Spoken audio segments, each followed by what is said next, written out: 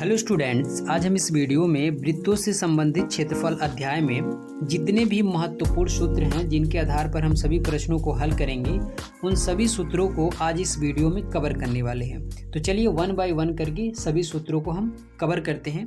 तो जो पहला है वो है वृत्त का क्षेत्रफल। पहला जो है वो है वृत्त का क्षेत्रफल। तो जो वृत्त का क्षेत्रफल का सूत्र होता है वो होता है पाई आर स्क्वायर। तो ये पहला सूत्र है वृत्त का क्षेत्रफल ज्ञात करने का। और जो दूसरा सूत्र है इसी वृत्त से संबंधित वो है वृत्त की परिधि। वृत्त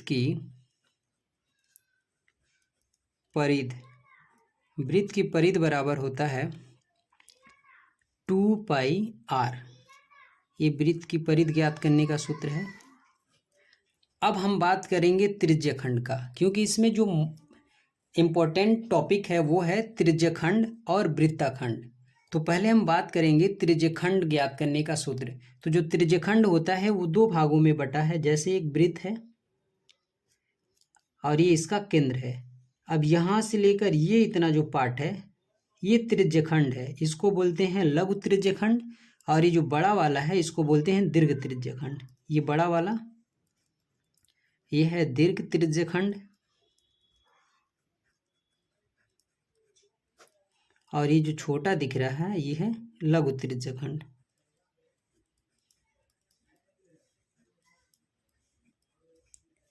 तो पहले हम सीखेंगे कि लघु त्रिज्यखंड निकालने का सूत्र क्या होता है, फिर उसके बाद देखेंगे दीर्घ त्रिज्यखंड ज्ञात करने का क्या सूत्र होता है। तो जो पहला होता है लघु त्रिज्यखंड, लघु त्रिज्यखंड।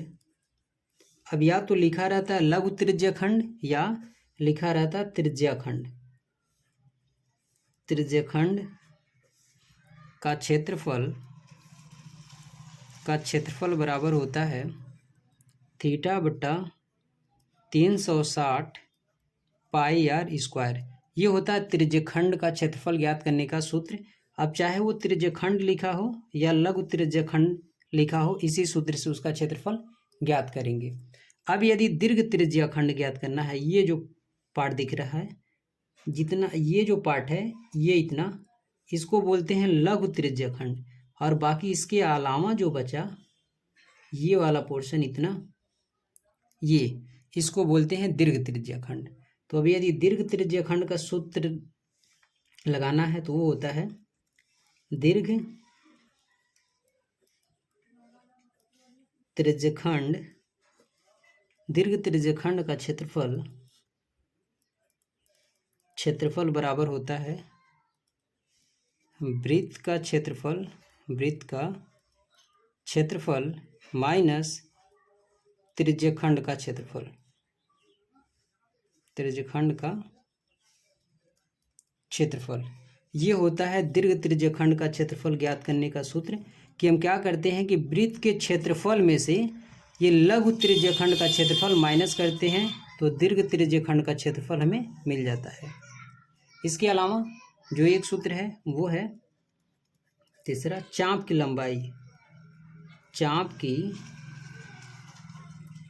लंबाई। तो जो चाप की लंबाई का सूत्र होता है वो होता है थीटा बटे 360 2 पाई आर। ये होता है चाप की लंबाई ज्ञात करने का सूत्र।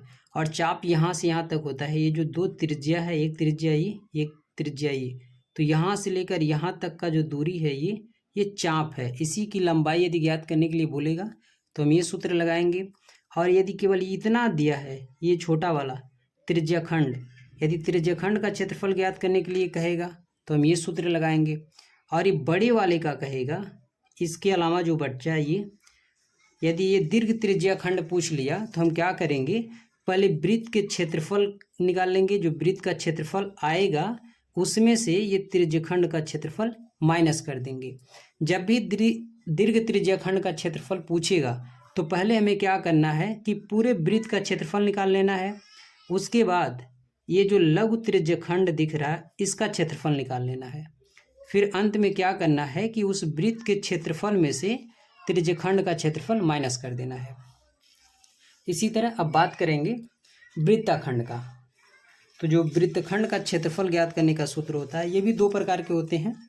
जैसे यदि ये एक सर्कल है और यहाँ से एक जीवा से कट लगा दिया जाए ये, तो जो ये इतना पोर्शन दिख रहा है इसको बोलते हैं लघु, और ये बड़ा वाला जो दिख रहा है उसको बोलते हैं दीर्घ। ये है दीर्घ और ये है लघु, इसको बोलते हैं दीर्घ वृत्तखंड, और ये छोटे वाले को बोलते हैं लघु वृत्तखंड। तो इन दोनों को ज्ञात करने के लिए अलग अलग सूत्र है, और ये इसका केंद्र है, और केंद्र से यहाँ तक खींची गई लाइन क्या कहलाएगी? त्रिज्या। तो ये इस तरह से ये इतना जो पार्ट दिख रहा है ये वाला, इसको बोलते हैं लघु वृत्तखंड, और जो इसके अलावा बाकी जो ऊपर का दिख रहा है ये पूरा का पूरा ये है दीर्घ वृत्तखंड। तो पहले हम बात करेंगे लघु वृत्तखंड का। तो लघु वृत्तखंड, जो लघु वृत्तखंड का क्षेत्रफल ज्ञात करने का सूत्र होता है, लघु वृत्तखंड का क्षेत्रफल बराबर होता है, जब भी लघु वृत्तखंड का क्षेत्रफल ज्ञात करना हो तो हम क्या करते हैं, पहले क्या करते हैं, ये जो त्रिज्यखंड दिख रहा है त्रिज्यखंड का क्षेत्रफल निकालते हैं, फिर उसमें से त्रिभुज का क्षेत्रफल माइनस कर देते हैं। तो लिखेंगे त्रिज्यखंड का क्षेत्रफल माइनस त्रिभुज का क्षेत्रफल, त्रिभुज का क्षेत्रफल, ये इसका सूत्र होता है। यदि लघु वृत्तखंड ज्ञात करना है तो हम क्या करेंगे, पहले त्रिज्यखंड का क्षेत्रफल निकाल के उसमें से त्रिभुज का क्षेत्रफल माइनस कर देंगे।